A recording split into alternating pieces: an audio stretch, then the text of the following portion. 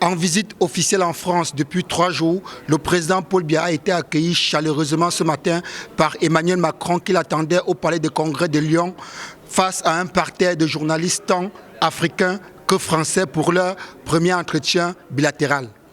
Ils se sont entretenus à huis clos pendant 40 minutes sur divers sujets.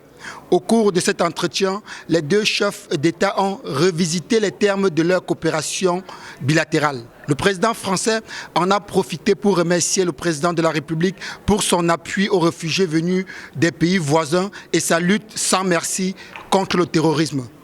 Ils ont aussi évoqué librement la situation intérieure du Cameroun, y compris les questions de gouvernance, de démocratie, de droits de l'homme cruciaux au vu de l'actualité actuelle dans notre pays.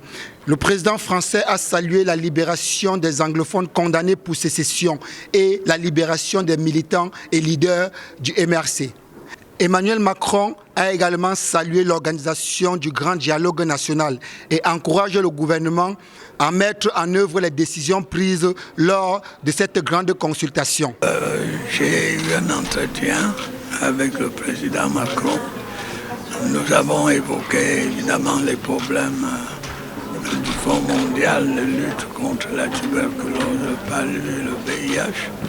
Mais on a abordé aussi quelques problèmes de coopération. Il m'a demandé comment s'est déroulé le grand débat. Je lui ai fait un compte rendu du déroulement du débat. Et puis on a fait un tour d'horizon de la coopération entre les deux pays pour constater que cette coopération allait bien. Le président Paul Biya est aussi président en exercice de la CEMAC et à ce titre, il a évoqué avec son homologue français le calendrier des activités de la CEMAC avec en perspective un sommet où les questions sous-régionales seront évoquées, notamment la question du franc CFA.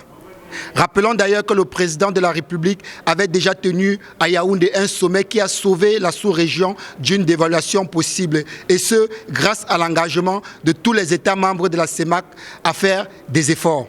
Enfin, le président français a salué la grande expérience du président Paul Biya au sujet de la politique africaine, continent dans lequel la France est engagée militairement et possède des grands intérêts.